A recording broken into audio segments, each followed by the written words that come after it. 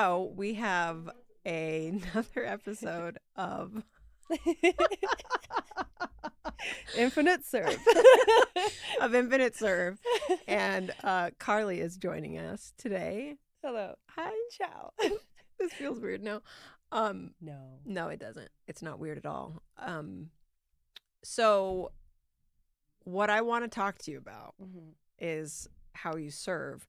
But I should probably back up a little bit and talk about the infinity model. We should touch on that. Mm-hmm. And then we can maybe identify where you are, like where you're serving big and which pillar you're serving biggest. Okay. Because I'm sure I can think of ways that you're serving in every pillar, but I would love to hear from your perspective how you're serving big and which one you are focusing on, or kind of what you serve the biggest in. So the infinity model consists of 4 pillars. It's personal growth and development, vitality.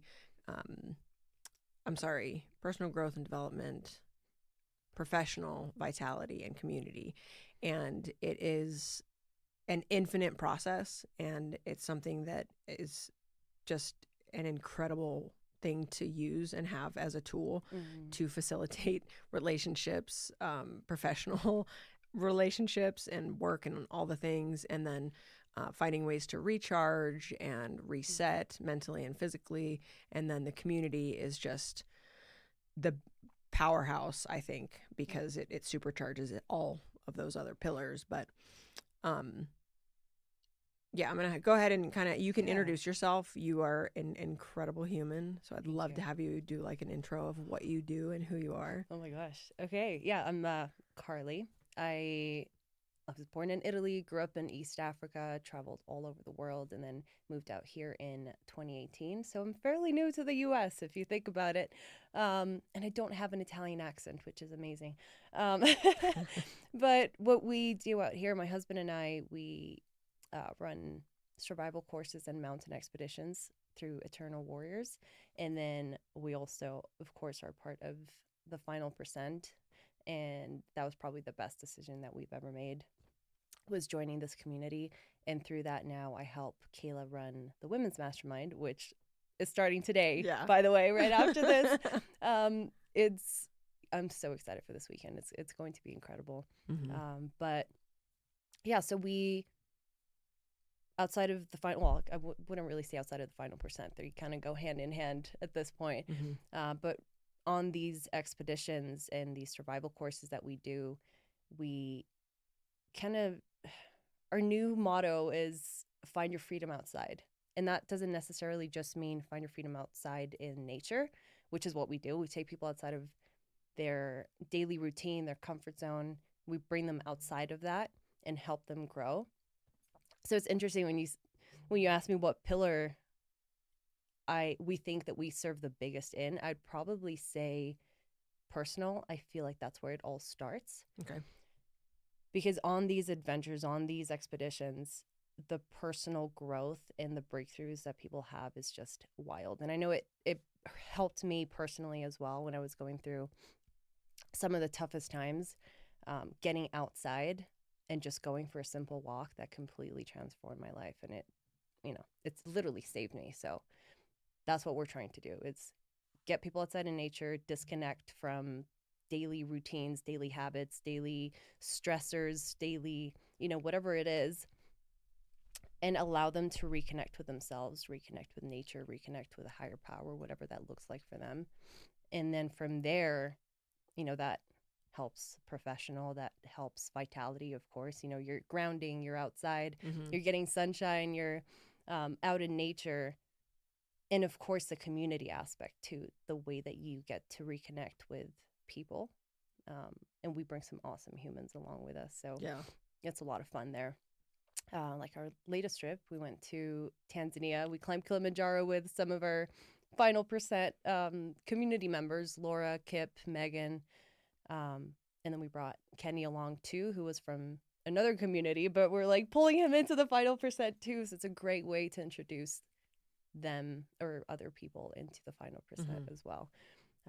But yeah, just the level at which you connect is insane. It's like I mean, just even from the beginning of the trip to the end, you see how their capacity for willpower and resilience and challenges has increased. And I think that's what life is all about, really, is increasing your capacity Mm-hmm. so that, if your tire breaks down, it's not a tragedy, it's just an inconvenience, Yeah. right? So when you put yourself through these hard challenges outside in nature, um, when you get back to your daily life, things don't seem as stressful anymore because you've gone through harder and you're shifting your baseline so that, that pop tire doesn't seem like a big deal anymore. You just kind of laugh at it and you just move on. So you kind of reset the definition of hard. Right. Yes. Yeah. And that's done intentionally. So Correct. you choose. What's another example of like a experience outside of the Mount Kilimanjaro? So we'll do like a 3-day survival course, for example. Like, is that what Oh you mean? yeah, like the Yeah. one in where did you go? Was it Tennessee? Somewhere in the middle of Yeah. Yeah, that's nowhere. right. And you were building a house out of Yes. logs and moss and Hmm. grass. Yeah, that was so much fun. I felt like a child again. And that's another amazing byproduct, I guess, or not byproduct, but you reconnect with the inner child and that Yeah. childlike mentality and your imagination, and it's I felt like we were building a hobbit house, like a little Ewok village or something, which was really fun. But yeah, we built this outdoor shelter using natural resources, so whatever we could find. And we were teaching a friend of ours how to do that. That was her first night outside camping. And we went straight to the hardest Wow. possible thing. Wow. And the temperatures dropped down to like, I think 11 degrees. It was a lot colder than expected. And yeah, so we bring people out and teach them how to survive in nature. And it's really just the basic needs: water, food, shelter, fire. And going back to basics in life, you realize how little you actually need Mm-hmm. to thrive as well.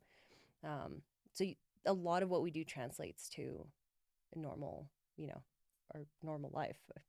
I say normal life, like our lives are normal, but uh, bringing that back home, like the lessons that you learn outside on these expeditions and these survival courses, being able to bring that back to your family, your career, your, XYZ. So yeah, we taught her how to build this outdoor shelter using natural resources, and um, she felt like her confidence just went through the roof after she Mm-hmm. actually made it through that challenge. And I know I've spoken about this before, but it grows this part of your brain called, well, it doesn't really matter. You could call it the cookie monster, right? Like Andrew Huberman says, it's called the anterior mid-cingulate cortex. And now there are studies in humans, like there's a ton of research that shows that part of your brain grows when you put yourself through adversity, put yourself through, things that you don't necessarily want to do or like to do, or things that scare you. And that can be a survival course, or that can be, if you're, on a diet or whatever you want to call Mm-hmm. it, resisting that cookie, that grows that part of your brain, which then increases willpower and resilience. So we want to intentionally put ourselves through things like that throughout life so that, again, you increase your capacity for hard things. Mm-hmm. I really liked that you said it's shocking how little we need Yeah. to thrive. You didn't say survive. Mm-hmm. You said thrive, and that's powerful. And Mm. it's interesting because in today's day and age, I have to have, you think I have to have all of these things. I have to have this specific outfit or Yeah. this specific car, or I mean, the list is endless because our need for it is endless. But Yeah. I mean, I think we've been programmed to believe that. And so it sounds like a lot of the internal warriors is a deprogramming. Would that be accurate? That's a really good way to put it, actually. Absolutely. I think, like you said, we've been programmed to want more, to be more, to do more. It's always more, more, more, more, more. And then the way that my brain works, like I need my environment and my brain to be organized. And for that to happen, I can't have like a bunch of noise and a bunch of extra stuff in there. Mm-hmm. And that goes with the same goes with my environment. I need things to be basic so that I can focus on what truly matters. And if I have, you know, 10 different types of lipsticks that I don't need, it's just taking up space that, like prime real estate, like we don't need that much. And you keep peeling back the layers and you're like, why do I need that car? Why do I need, you know, a million and one outfits? Why do I need XYZ? You don't. You just, you keep simplifying your life. And I think that's something that a lot of us should try to do, is simplify and delete things in your life, because we're accumulating so much stuff. And again, that could be physical things or thoughts and beliefs and limiting beliefs and stories that we tell ourselves, right? We keep accumulating and it just becomes so messy. Yeah. So realizing that all you need really to thrive are, you know, the bare necessities, really, it feels so much lighter. I don't know. Have you ever experienced that where you've kind of gotten rid of a, whether it's a toxic person or a habit or, you know, whatever it is, and you just feel a little lighter after that? It's amazing. And understanding, I've really embraced the, instead of having a to-do list, a not to-do list. Yes. And protecting my schedule, protecting my calendar, protecting my time. Like I'm realizing what Sharon Lecter and Greg and all of these people are talking about when they are talking about time being currency. And I just got goosebumps because it is far more precious than money ever will be, than any tangible object is. And it's so funny because we're again caught up in the distraction of, no, it's money, it's the job, it's the house, it's the cars, it's the watch, it's the ring, it's the whatever. And then even people, and I mean Greg will attest to this, is he is surrounded by people who have all of those things and still somehow are empty. Yes. And so I think striving for those things, and I was talking with Bernard about this yesterday, but striving to want those things is fine. But it's when the want becomes a need, and the want prioritizes the relationship, the wants prioritize the existence of it all, and it becomes really yucky to be around, and yucky for us to embody on a physiological level, and a cellular level, like what it's doing to our brain. And I'm working with someone, and we just talked about, let's have a not to do list. I love that. And it was like the concept was so new, because everybody needs something. It's like, I need this, I want this, I want this, I want this. And it's they're at this point of, I have nothing left to give because I'm constantly dishing stuff out. And so it's like, well, let's hit the pause button, because we're the only ones in control of our life. And we have to hit the pause button and set up some guardrails and some expectations and standards. And it's just what you said really, really resonated with me, of how little it takes for us to thrive. Yeah. That's good. And I love the not to-do list too, because that's perfect. I mean, it's like you need to realize like what you're saying yes to in your life and what you're saying no to. And a lot of us say yes to a lot of things that we shouldn't be. Yep. So it's, the not to-do list is great, because then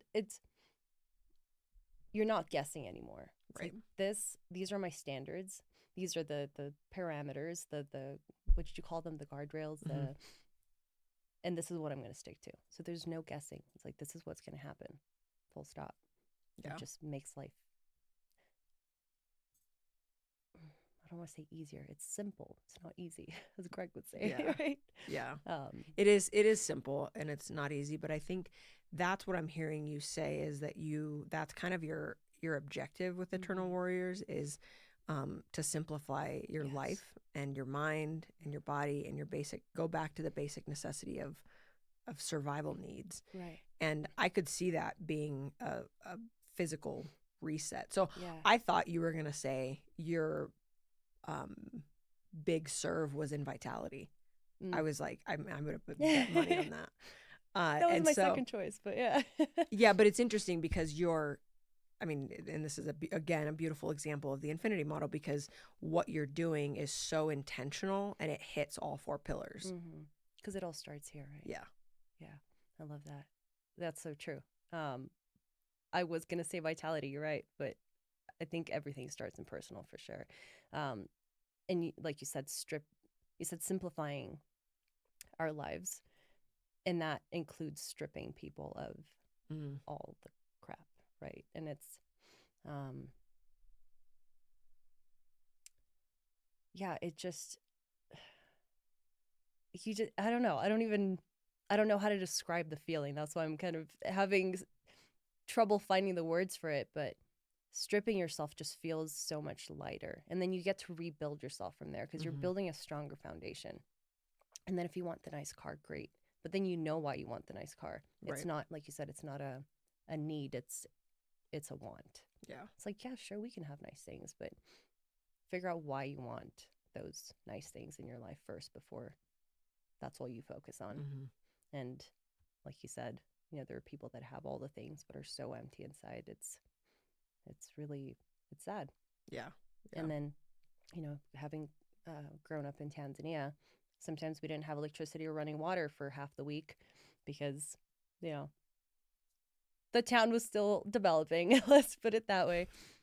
And we were the happiest kids ever. We're playing outside with grasshoppers and with snakes. And my neighbors and I, we would make soccer balls, sorry, soccer balls out of plastic bags. And we tie them up with rope that we would find. And that was our soccer ball that we would play with. And life was just so simple. And we're freaking so happy. Yeah. So, yeah. I want to ask you, you also talked about the inner child work that you see come out during these trips. And is that something that because that's powerful, like the fact that you even identified that and know that that's a process there. Is that an intentional process of internal warriors? Like, do you set up processes or I mean, it's kind of a tactical transformation in how things are breaking down and shedding all of these false selves and all of these identities as you're climbing up this epic mountain. But the inner child piece that you talked about, what does that look like? That's a good question. And I've been thinking about implementing an exercise or actually talking about it. And I haven't quite decided if that's something we want to do or not, because kind of like breath work, like no two sessions are alike. And on these expeditions, whatever comes up, it's a great time for introspection, right? And reflection. And I don't ever want to influence the direction or, whatever comes up for people. I want it to be something that comes up naturally for them. So whether it is, shadow work or inner child work or whatever that is, or if it's something different, it's different for every person, and each expedition, each mountain, each, experience is completely different from the one previous. So Kilimanjaro, we've done that twice.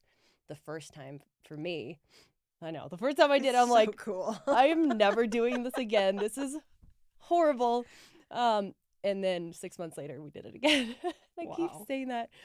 But I was always calculating, like, okay, I have 3 hours left. And I remember that tree on, the way up. That means that I only have half an hour back down to, the next camp. And it was just, I was never where my feet were. I was always calculating and thinking about the future. And I really didn't enjoy it as much as the second time.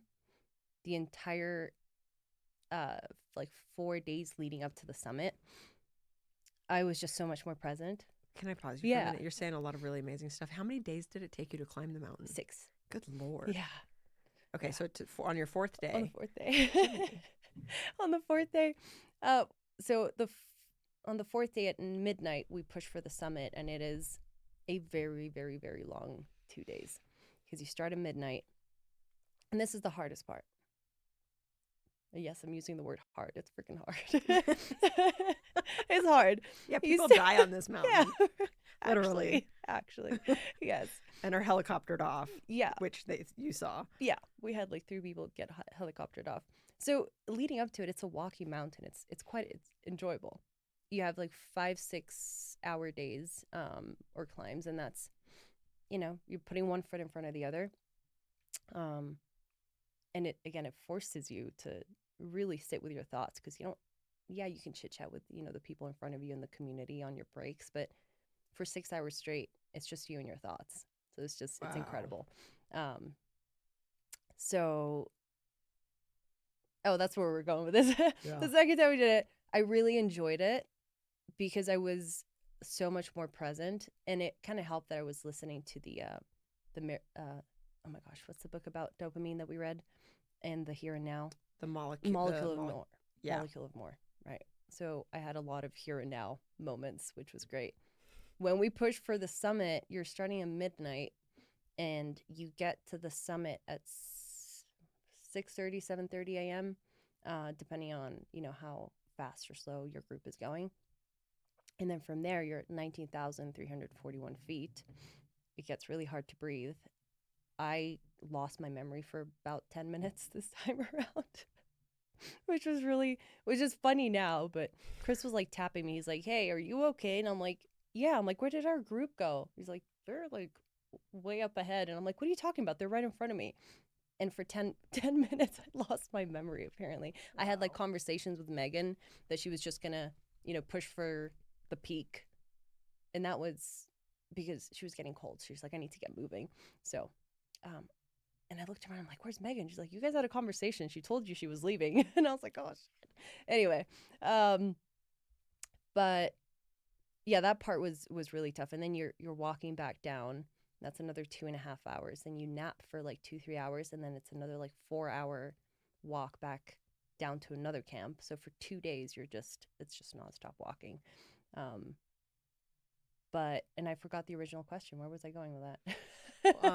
I think we were talking about the inner child work. Oh, the inner child work. And the being present with yourself, right?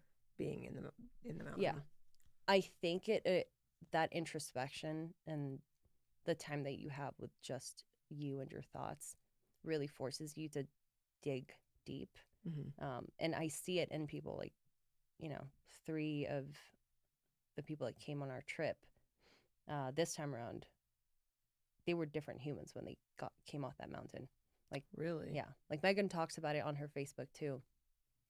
She posted a video about it, how she's never felt closer to God, and it was just every time I talk about it, I get emotional because it was really powerful. And that's the whole purpose of what you guys are doing.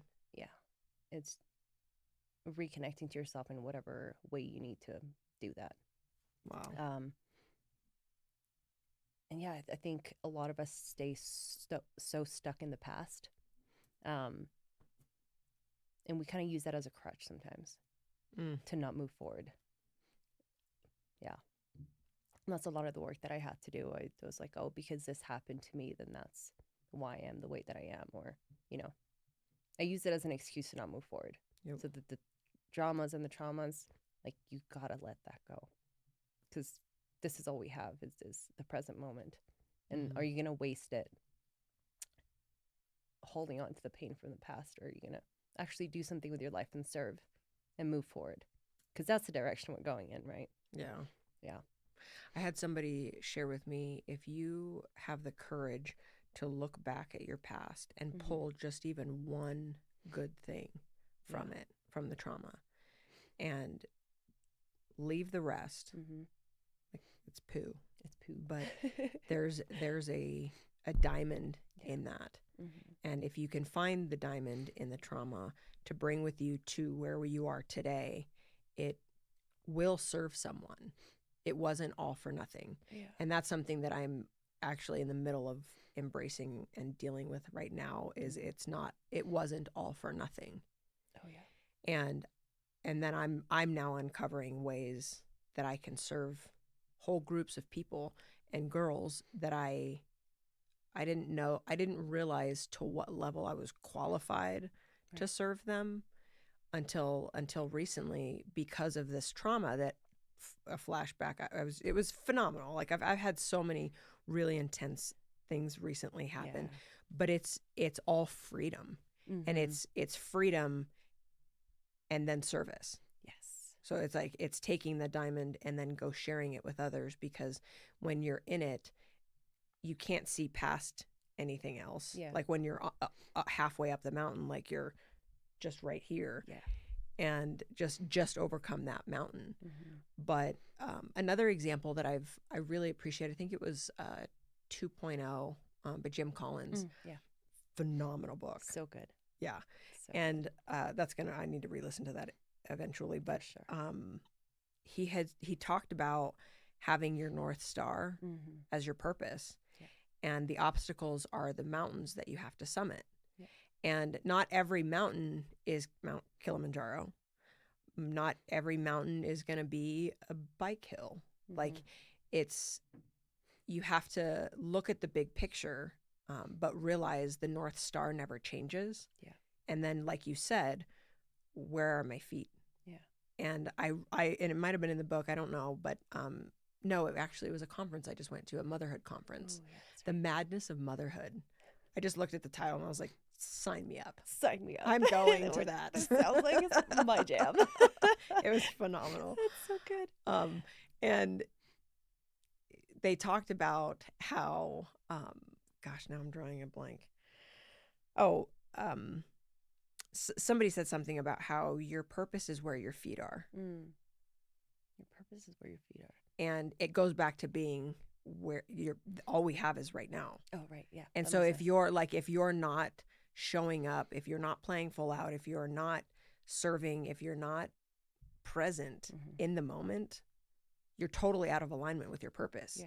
And I find that to be so true, whether I'm home with the kids, whether I'm at work, whether I'm hanging out with Bernard. It doesn't matter where you are. Yeah. But your purpose is where your feet are, because that's where you are. Yeah. That's That's what you're needed in the moment. Yeah.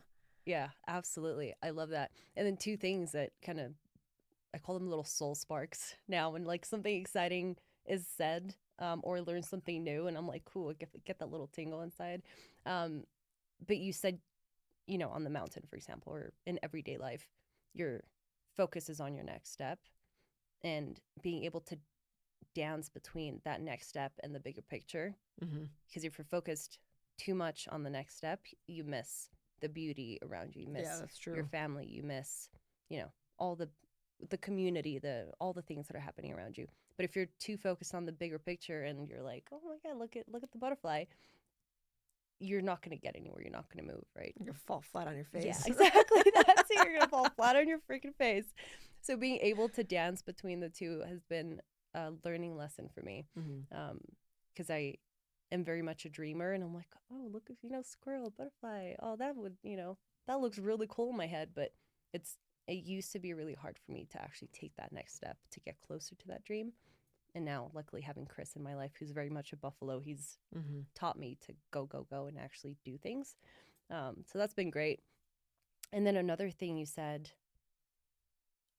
reaching the summit of, a mountain. Chris and I had this tattooed on well, he has it on his chest. I have it on my back, but it's a Seneca quote.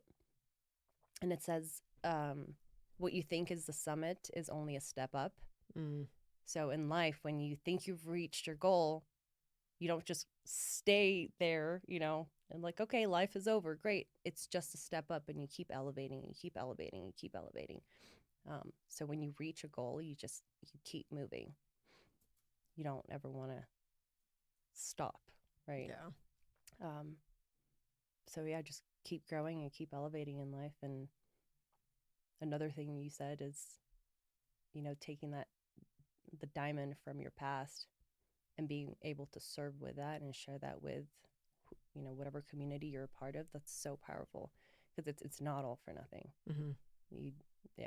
It's all for something. And looking back, it makes sense now, right? All the steps that you took, all the things that happened, the good, the bad, the ugly, it all led you to exactly where you are now. In the moment, it never makes sense. You're like, oh, shit, what's Right. going on? Yeah. But looking back, you're like, connect the dots, and it all makes sense. And now you're able to have an impact. Mm-hmm. Bernard's able to have an impact. You guys are incredible humans, and I'm like, wouldn't want to be surrounded by anybody else.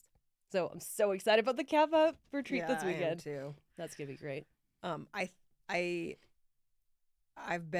have a lot of skin analogies because of the industry that I'm in, but Yeah. I've had them since I was a kid, and they were more related to the night terrors that I had. Mm-hmm. And it was all about skin. It was incredibly disturbing. And then now it's very fascinating, but scar tissue is very interesting, and it's like it's the strongest form of skin, and it's hard, it's tough, but at the time, like what you were saying is like you just at the time of the mess, like you just are bleeding out, and you're like, all you see is the mess, all you see is the blood, and you're like, it's not supposed to be this way, and this wasn't my plan. And afterwards, like this visual that I recently used with Craig and Meredith was, I feel like, and this is gonna kind of be gross, but go sorry, for it. I'm pressing into my weird awkwardness. But I feel like I've uncovered this wound, and I'm having to clean it, and wound cleaning is really gross. Yeah. Disgusting. Yeah. And you have to take out the bandage, and it stinks, it's pussy, it's really gross. And then you have to repack it with clean gauze for it to heal. And the process of taking it out is really painful. The exposure to air and all of the things is painful. And then the repacking requires pressure and more pain and more pressure and more pain to pack it in there, because it's got to get packed in hard. And so it doesn't feel good, but it's this healing process that's required in order to be free, in order to be elevated. And I'm just so excited, because that's something that I'm in the middle of, and going into this weekend with that is really empowering, but it's really exciting. And I'm so happy that I have you in my life. Me too. And it's an honor to have you and Kayla lead this group of women. I just have to say, you lead by example, and the things that you've gone through and what you're doing and how you're doing it is inspiring so many people, and not just in the final percent, but so many people. And what you're going to be able to accomplish and achieve with the Eternal Warriors, with Chris by your side, but also just you, like, it's really exciting to see it. It's exciting to be a part of it. And I'm just really honored. Wow. I'm honored, and right back at you. I mean, I wouldn't want to do this with anybody else. You ladies are incredible, and we're all still learning. We're all still growing. I know I am. So being surrounded by so many insanely incredible women is so healing for me too. It's like I've never had that before. So yeah, it's wild. Like, it's just wild. Like, every single one of you guys, or ladies, I should say. Yeah. It's so weird how we always say you guys, but I'm like, it's a group of women, so I could say you ladies. But yeah, thank you. I'm very honored to be here and to have you in my life. Everybody else that's a part of the family. So yeah, thank you. Yeah, thank you, Carlie. Yeah, I love you. Thanks for joining us for the first Infinite Serve